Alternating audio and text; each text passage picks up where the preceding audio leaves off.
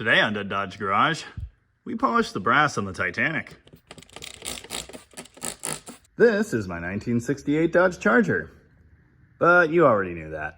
I bought this car a year and a month ago, and after some fixes on the side of the road and in my grandmother's old garage, I drove it home 300 miles without major issue.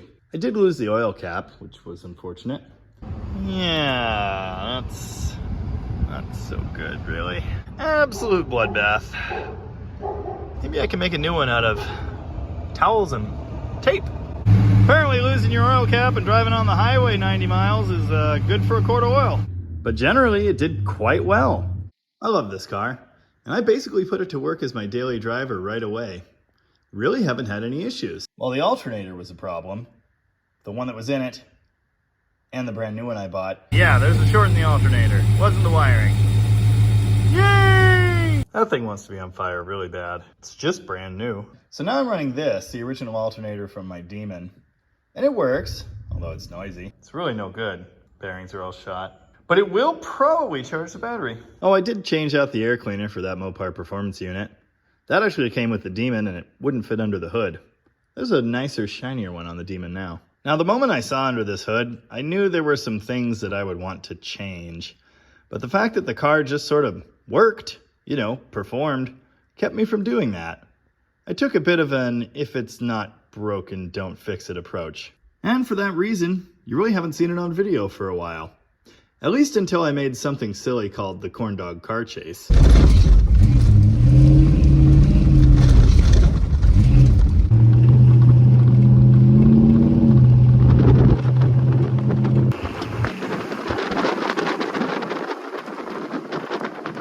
I had a lot of fun, and annoyed some people, ripping this car around some buildings in a field, and throwing grass.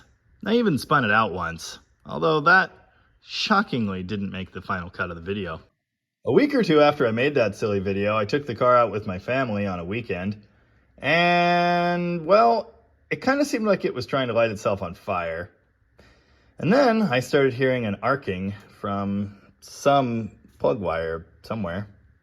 And then I noticed arcing from the tower on the MSD blaster coil.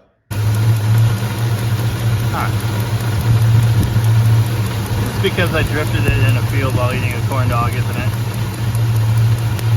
So obviously we need to address some things. This 383 has always run quite well. It doesn't smoke.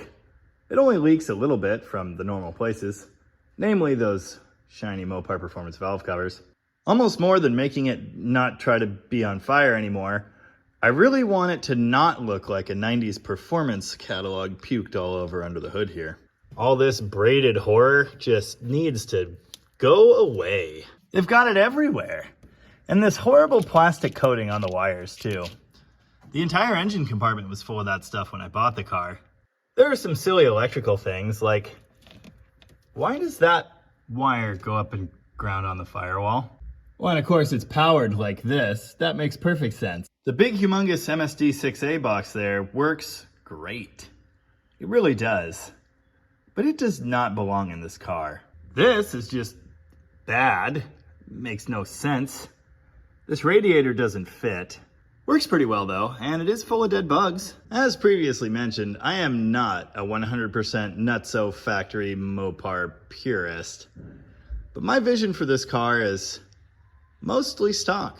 So, to that end, I've been collecting parts for the last year to do a basic engine compartment restoration. Naturally, I bought, these components from Tom. Working at a Mopar restoration shop has its perks, But this 383 Magnum Pie tin was actually hanging on the wall at my old shop for years. So, now I have an air cleaner for it to live on, and that's cool. Did you know this engine is not supposed to be orange? So I'd definitely like to fix that. This is an original 383 big block car. It's supposed to be a 2-barrel, but I'm not going to worry about that little detail too much. As near as I could tell, judging by the production date on the block, it's probably original. 383s in 1968 don't have a VIN on them to compare, so it's not 100%. The story I was given went that this engine was blown up in 1971 and had been replaced, but I don't think this is actually a replacement engine. I think it's original, so maybe they rebuilt it. You can see more things down here I want to throw away and never look at again. like this goofy bracket. The radiator might be a bit of a problem in the short term. Nice. Oh yeah, by the way, it's 4th of July. Happy birthday, America. This is a 66, and it does look correct. I know it's usable. It's not amazing. It's definitely not date code correct. I don't think it's actually the same part number for 68, but it's close. Now, if this was an AC car or a Hemi, this 26-inch squarish top radiator would actually be correct, but not for the little old 383. And the extra core area really doesn't do anything for you when it's obscured by the radiator support. This has to go. Great, it's like baked there. Nice. That's a start. Now obviously, any good engine compartment restoration involves cleaning every single thing. Unfortunately, I drive this car so it won't stay clean, but you know, it'll be nice for a minute. Fun little note, notice the horns point upward? That's because they are flipped. They're supposed to point downward. When they sit this way, they can fill with water, which is not what you want. Definitely in the market for one of these, but I went ahead and removed it because I have a long and storied history of smashing these with my elbow and making them much worse. You may have already picked up on this, but my idea of an engine compartment restoration really isn't. I'm not painting in here. I have no intentions of ever painting in here. I'm going to clean it up as best I can and let it be what it is. Here's a nice contrast between roughly the original color and the repaint. Good bit more orange in it. Definitely brighter. There's some primer overspray and other nasty stuff here on the inner fender. So I'm making that disappear with some very fine steel wool. It has occurred to me that this might seem like a silly thing for someone who pretty much said on video he doesn't believe in restoring cars at home to be doing. First off, this isn't really a restoration. Second off, it's a job I can get done in a day or two. You know, little bite of elephant. And third, I don't know. I think I'm improving it in every way. The real goal here is to make it more serviceable, make it suck less, and enjoyable, I guess. This Edelbrock carb is great. It stays. Test fitting the air cleaner. The tall factory element actually gets that lid away from the stud and runs into the hood insulation, which is interesting because the Performer's not a very tall intake and the carburetor should be essentially the same. So I grabbed the thinner one out of the Mopar Performance air cleaner I was running and put that in there. It's perfect. Oh, gotta be careful here. Almost made the pie tin too nice. Luckily it was all dented up in a former life. This factory coil is not exactly perfect, and it's not date code correct, but well, it's not that kind of restoration, so that's gonna be good enough too. Hey, that's nice. Way better anyway. I'm not gonna paint this. It's definitely impossible for me to get the texture right. I just washed the heck out of it and shined it with a very light helping of WD-40. There used to be a battery tender attachment over here, which I didn't like. So I already removed part of it, but the Velcro attachment was still stuck. Luckily, it's been soaking in oil for the last year, so that's not a problem anymore. Yep. But I do need to get that gnarly goo off with something. I swear there's like a product for that. Here's some random trivia. This number, stamped into the sheet metal of a 68 Charger, or other 68 and older Chrysler product, not the VIN, that is the VON. That number is found on your build plate and on the build sheet, if you have that, but it's not the VIN. It will not match the VIN, so don't be alarmed by that. In '69, they started using the VIN. Just the tiniest little run with the steel wool on the sticker here, with glass cleaner for lubricant. It's taking that overspray off and leaving the text behind. Just be careful with that. Did you know component restoration is arduous, time-consuming, repetitive, kind of boring, which is a problem for a person like me. But it's also kind of hugely satisfying, in a way, sometimes. Did you also know that this type of breather/oil cap was used on all kinds of Mopars in the 60s? And it was usually black, but on special engines like the 426 Hemi or the 273 HP Commando engine, it was chrome. Wow. I should probably scuff these covers more. Don't ask me why they're Ford blue. And don't ask me why I'm painting them off the engine. It's all supposed to get painted together, but I don't know, I just need a win. The thing that annoys me most about this car currently is this. I'm guessing it originally had a block heater plumbed in and someone eliminated that, but they left the hole. So I think while it's still runnable, give or take, I should probably move it over here. I've got the doors closed because, well, it's hot in here, it's even hotter outside. Yeah, hot. Not as smoky, but miserable nonetheless. I don't know if you can tell how disgusting this thing is. It's covered in dead bugs, and the dead bugs are covered in dust. A bath is definitely going to be part of this operation. See, this is why we hoard things. Just in case. And don't worry, there's more. So many small block distributors. Hey, maybe I'll just be super fancy and run these points.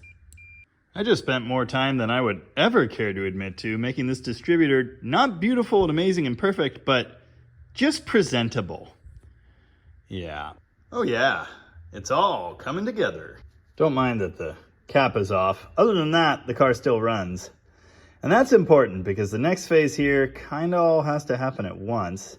So I'm not going to start it until I'm sure. I'm still not totally sure about this radiator. My memory says it leaks, but I don't know. It doesn't look that bad. The irony of telling you 2 weeks ago you shouldn't restore things and then, doing a bit of restoration is not lost on me. But again, this is a day or at most a weekend project. Not a huge deal. And through most of it, the car is still functional. Now, if you see it stripped down to this point, please send help. Hey, did you know chargers are cool? Well, they are. Oh, it smells like food.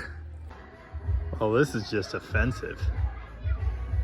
This thing has a chrome oil pan and goofy hex bolts. I hope I never noticed that before.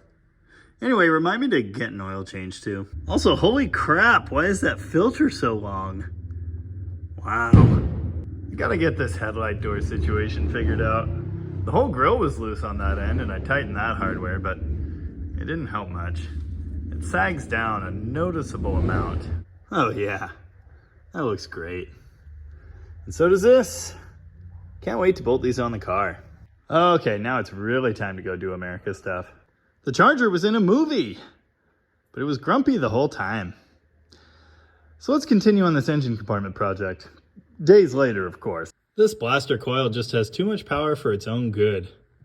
Admire those cracks there. Pretty sure that's what it was sparking through. I am not doing fastener restoration. It's not that kind of car. Oh, I did the delete on the horrible yellow spark plug wires. And found number 7 has been getting crispy. So that could have been the one that was dropping out. Doesn't explain the zappy sound I was hearing. Yeah, this is just not smart. And there's orange paint all over the firewall. Lovely. These are also pretty high on the list of things I'm excited to never see again. Working on the other inner fender.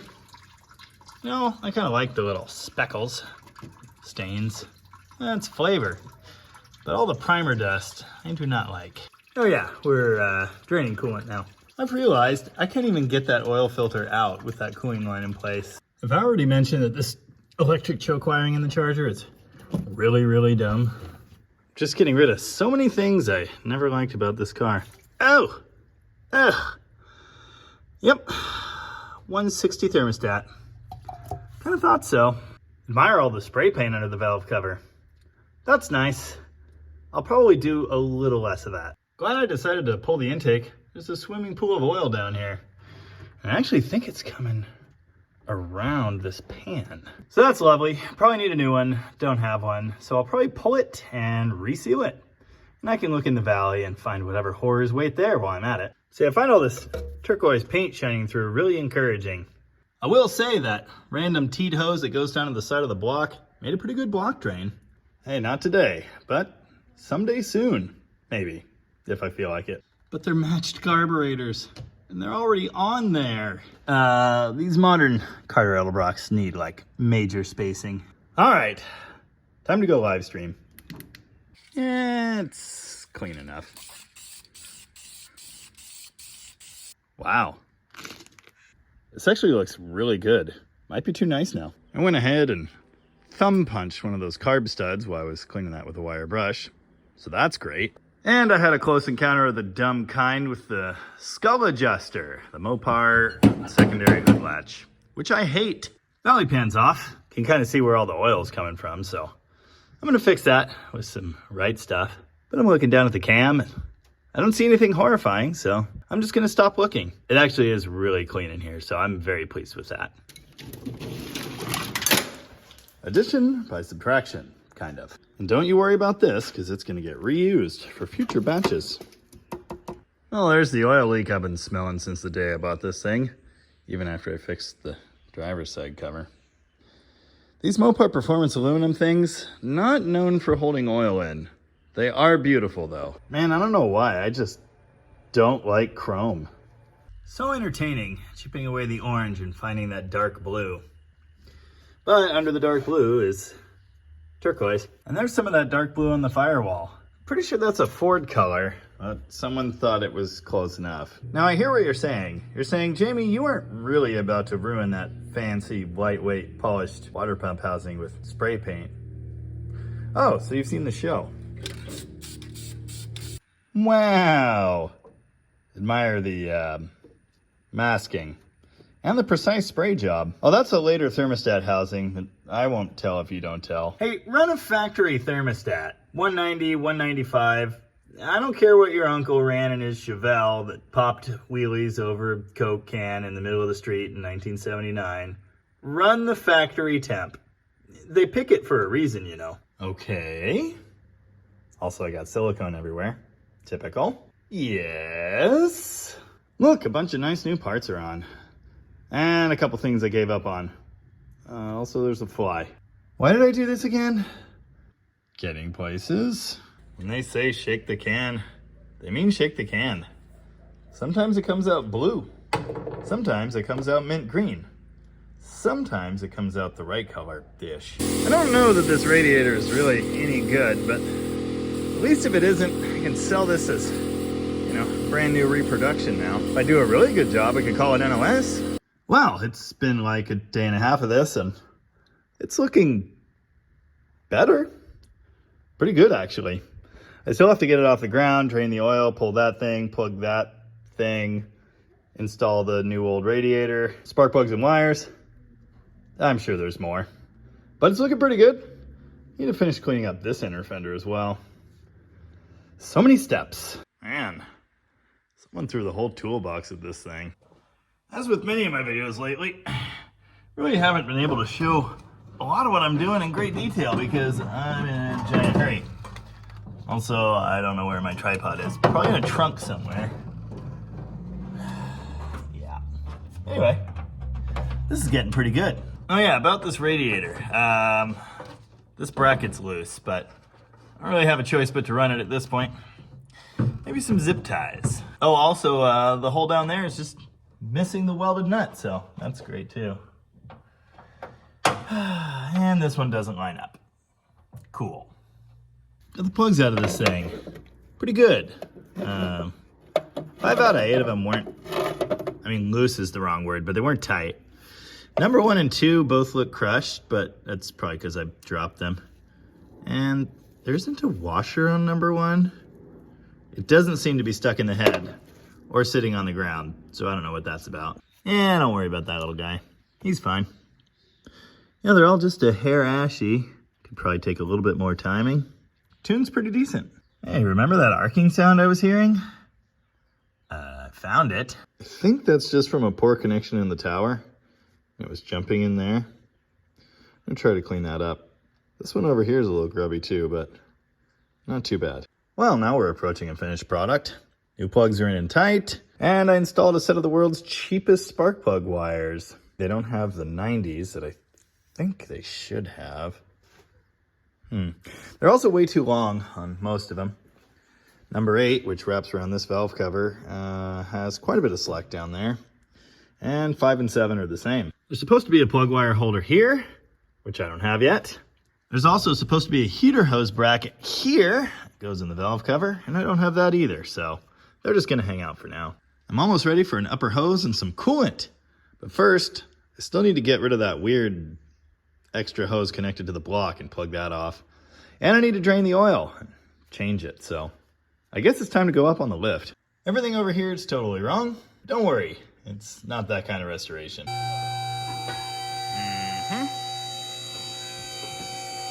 Well, I did take the liberty of at least starting to clean up the K-frame while I was under here, but I ran out of paint.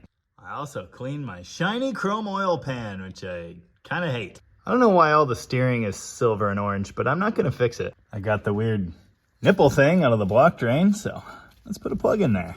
Oh, come on. Fixed! Admire this weird metallic blue. I can still see the turquoise there on the block, though.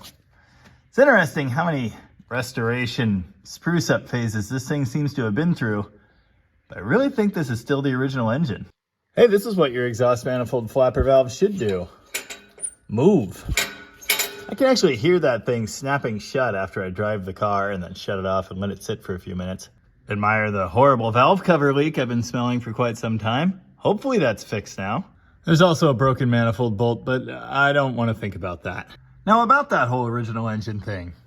The story I was told on this car was that the original engine had been blown up in 1971 when the owner decided to change the oil at home and forgot to put oil back in. Supposedly it was fixed under warranty, so this was supposed to be a replacement engine. Once I saw this casting date on the block, I decided it was probably original. I mean, if it was installed in 71, wouldn't it be a 70 engine or something like that? 6/16/67 is the casting date of the block. The casting date alone doesn't tell you when the engine was built, let alone when it went in a car. And there's always a good few month lead time between that date and the day the car was finished. This is the assembly number for the engine. Now, Tom has schooled me on this. I've seen similar numbers on small block engines, but I never had any idea what they meant. PT383, well, that's self-evident. R, apparently, stands for regular fuel, not a high-performance, high-compression engine. 2351 is a calendar date. Apparently, it's January 4th, 1968. So my brother's birthday, which is funny. And then 2084 is an assembly number for this particular engine for that particular day. According to my fender tag, the scheduled production date, or SPD, for this car was January 8th. Whether it was actually built on January 8th or earlier or later is hard to say, but January 1968. Because there's no VIN stamping on a 68 383, we really have no way of confirming this any further. If it's not the original engine, it's really, really very close. So, I'm just gonna assume that it is. Does that matter on a 383 two-barrel Charger? No, I don't think so, but it's pretty cool. And it's staying put in there. Now, judging by this shiny new gasket, this transmission has been rebuilt. However, according to that assembly date, 2344, this transmission was built 7 days before the engine. Okay, time to change the oil. Delicious. The flavor of the day is 2050 GT1 High Zinc Kindle Oil. Now this is interesting. Generally in a high zinc race type oil, you're not going to see a modern API oil spec. Turns out in the thicker weights, like 2050, they can have a higher ZDDP content and still claim that modern rating. So that's interesting. For various reasons, I'm draining the oil while the engine's cold, so I'm just sort of letting it sit here and do its thing. It's not the most ideal, but it's going to be fine. I took out that ridiculously huge Fram filter and installed this Wix 51515, the standard big block filter. Also, I missed a spot, but that's fine. Well, there are fluids in the engine. Fluids? Fluids? Whatever. So far, they're staying in. Well, I whipped up some electric choke wiring real fast. Wheel fast? What? I just can't talk today. Anyway, hopefully that works. I almost used this random wire shoved through the firewall to turn on the MSD, but that's just silly. Okay, I think we're ready to see if this thing runs. Yes.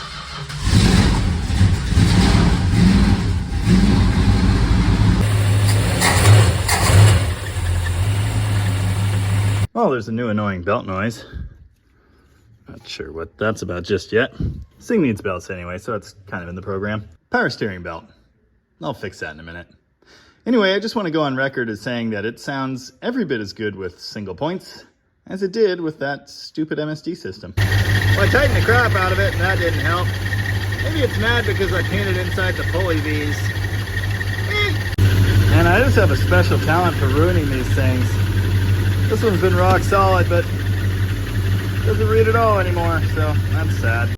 And at last, the crowning jewel goes on top for real.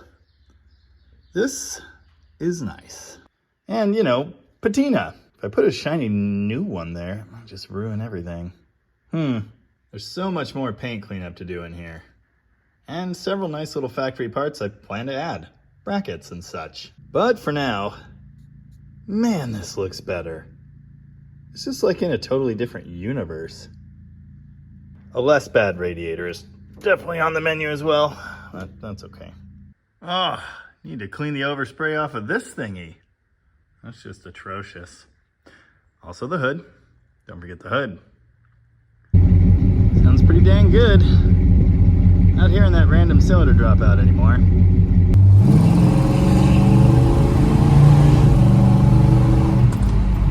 Yep, we're good.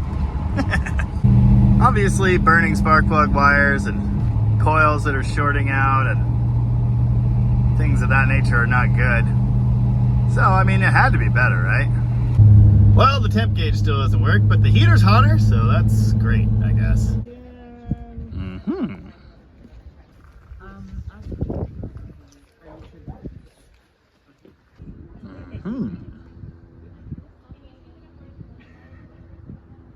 Danger cat. Yeah, he just doesn't care. Well, it's some hours later, and the charger was in a movie. There are some fingerprints that need cleaned. Oh look, a suction cup mark from the corn dog car chase. Car still needs a bath. I got to do all the stunt driving and teach someone how to hotwire a classic charger, so that was pretty fun. Of course, they didn't use any shots of all my hard work, but that's fine. And of course, all my hard work didn't help the hot start problem, so gonna have to address that later.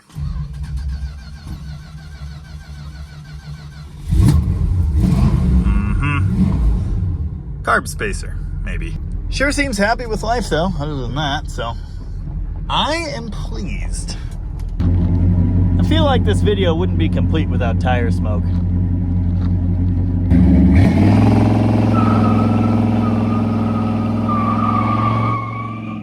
Well, that wasn't my finest work. Too much brake pressure. Can't wait for all the internet critics to see this one. Yeah, it'll spin to 295s, no problem. Hey, remind me to check the transmission fluid and also put gas in it. So far, all the fluids are staying where they're supposed to, so I'd say that's a good sign. I don't know if you can tell, but this was really, really satisfying to do. It was like ripping off a humongous scab. It's not perfect, but it's way, way better. And I hope it was at least, 23% as enjoyable for you as it was for me. In any case, thank you very much for watching. And remember, put a corn dog in the window. I don't know if calling this the corn dog charger would be hilarious or irritating. Dude, stop trying to make the corn dog thing happen. It's not going to happen. Great. Now it's too nice again. It's so much smoother and happier. I should have done this a year ago. All right, time to go.